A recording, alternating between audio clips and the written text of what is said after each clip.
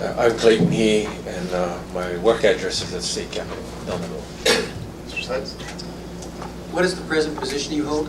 I'm a member of the State Senate. How long have you been a member of the State Senate? In the 80s, I was a member for 4 years, and then I got back here. I've been a member since the 04 election. And are there other positions, elected positions or appointed positions? I served in the House for 2 years in the 80s, and 12 years as a member of the Office of Hawaiian Affairs. What is your educational background? I have 2 post-bachelor degrees from the University of Hawaii, as well as a bachelor degree from the university. And could you talk a little bit about what your interest is and your history of being interested in agriculture and related food security issues? Well, I guess taking a page from the previous speaker, although he's a few years older than I am, we both grew up during the time of the demise of agriculture. Of course, he grew up in Kalihi, I grew up on the windward side. But I can vividly tell you that in my time growing up, the campus dairy in Coconut Grove disappeared. The Costa dairy in Kaneohe disappeared. The Teixeira dairy in Kaneohe disappeared. Hygienic dairy in Kahaluu disappeared. So I saw at least that aspect of ag disappear on the windward side. Where Windward Mall is today was once productive taro lands that then became pastures for cattle, and then became what it is today. I think most people my age, certainly, can rattle off any number or litany of the disappearance of productive ag and food security in Hawaii. I think most people, at least my age, may know why that Lani Mu, her brand was WR, because the first medical dairy was called Waialae Ranch. Waialae Ranch is located where Waialae Golf Course is today. So that was the country in those days. Buffalo Keaulana, who grew up in, I believe it's New Valley, he'll tell you the story of how he walked to where Old Waialae Drive-In is, and then from there caught the bus to Kaimiki High School, where he attended school.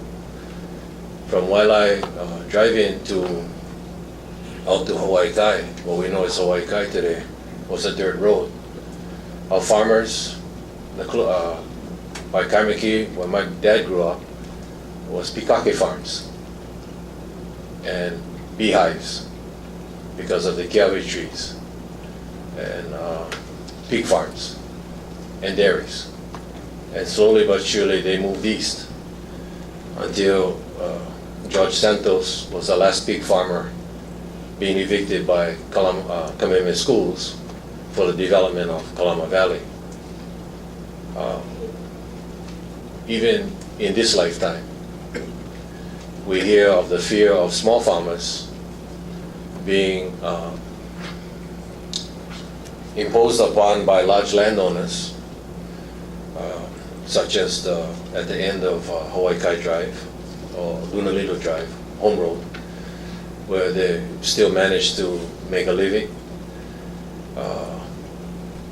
despite the efforts of the landlord, Kamehameha Schools, to boot them out. The difference has become that as Hawaii has become a bastion of suburban sprawl, farmers have found an ally in suburbia. So the very ones who now occupy what were once farmlands on Lunalilo Home Drive are the ones who protect the farmers at the end of Lunalilo Home Drive.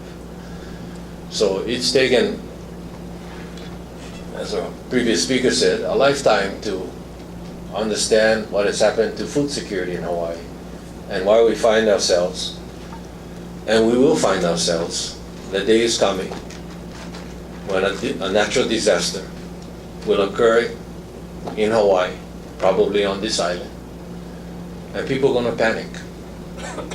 And they're going to panic because they already panic. When the hurricanes come, everybody runs to Costco. For what? For what? They already panic. The highways are gridlocked.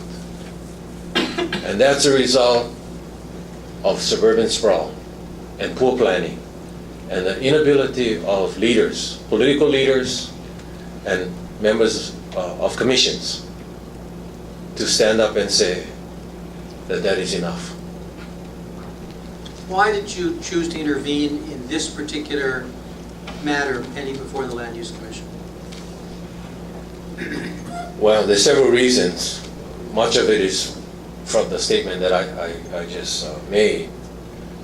But as far as I'm concerned, for the island of Oahu and the state in general, we are beyond the tipping point of food security. And Ho'opili represents prime ag land that has water, is flat, has infrastructure, roads, and is close to an urban core that makes it easy. And Alun Farms has proved it. They have made it easy to turn productive prime ag land into a profitable endeavor. That's the first reason. The second reason, quite simply, is the failure of the legislature to actively set aside and proactively set policies to allow for prime ag lands on other areas of Oahu. When Dean Okimoto, D.R. Horton, and anybody else who's pro this development says in radio commercials and other media outlets that there's lots of ag lands, nobody would dispute that. All one needs to do is look at a map and look at the zoning. What Dean Okimoto and others fail to say is that those ag lands are not prime ag lands. And that those ag lands are not prime ag lands primarily because there's no water development to make them a viable piece of a site that ag can be grown productively and profitably. That was the other reason. Thirdly, like the previous two speakers, and perhaps some of you, if you've lived as long as I have, and you've had the privileges that I have had, there comes a time that you take a look at what we leave behind for our grandchildren. And I gotta,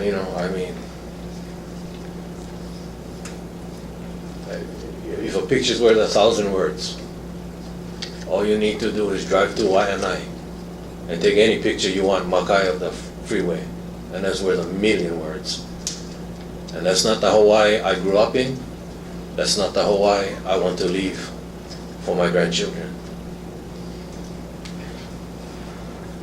When you chose to intervene in this particular proceeding, were you aware of some of the interests on the other side that are pushing for jobs and housing which support development?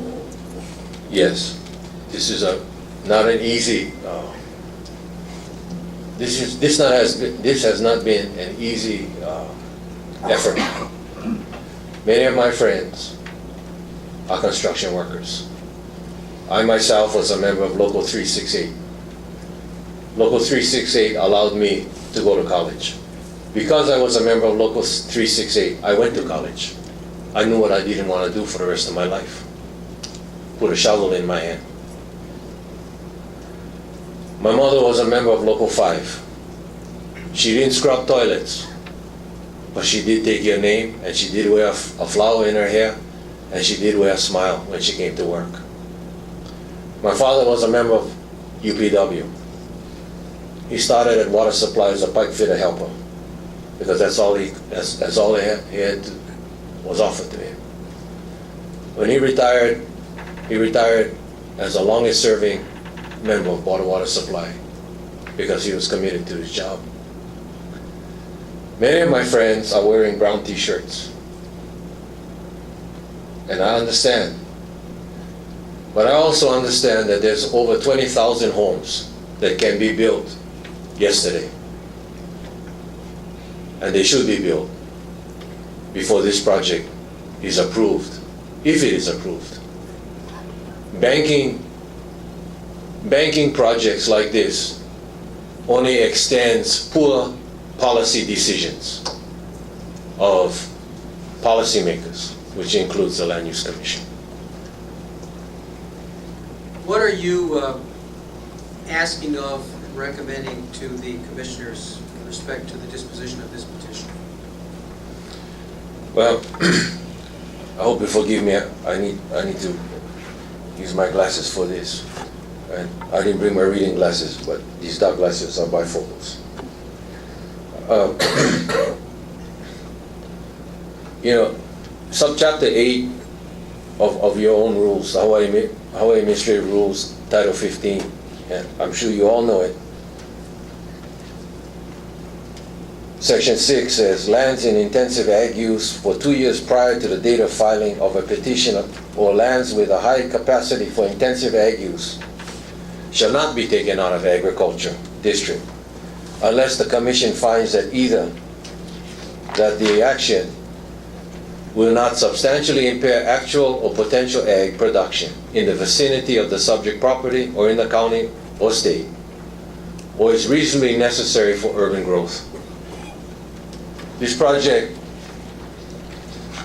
will substantially impair the actual or potential agricultural production in the vicinity of the subject property, in the county, and in the state. It is not reasonably necessary for urban growth, given the fact that there are over 20,000 homes that are permitted to be built, given the fact that this administration is proposing to turn Kaka'ako into the new urban core, and given the fact that there is no compelling need to rezone this land, of which the landowner has no vested rights other than ag. And there is every reason to promote food security, knowing that this land is productive. It's not a guess. It's not a wish. It's a fact. Is there anything else you wish to add before I close? You know, some of you here, Nick, Kyle, Ron Heller, Tommy Contrades is not here, Mr. Chairman, Lisa Judge is not here. You know, but the ones I named, you folks were first appointed in large part because you were confirmed by the committee of which I chaired at the time. I think all of you know that. And all of you knew at the time that I was chairman, that I asked very specific questions.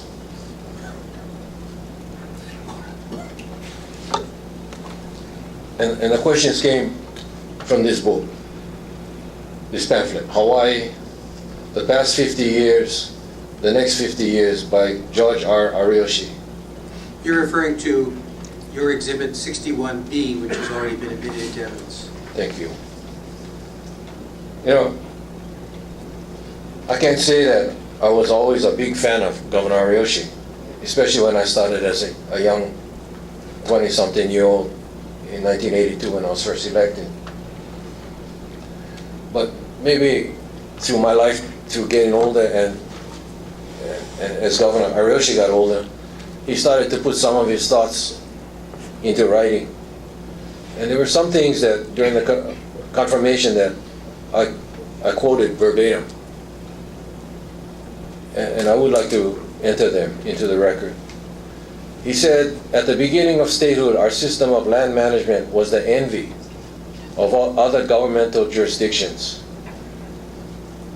Originally, the job of the land use commissioners was to serve the broad public interest over the long term.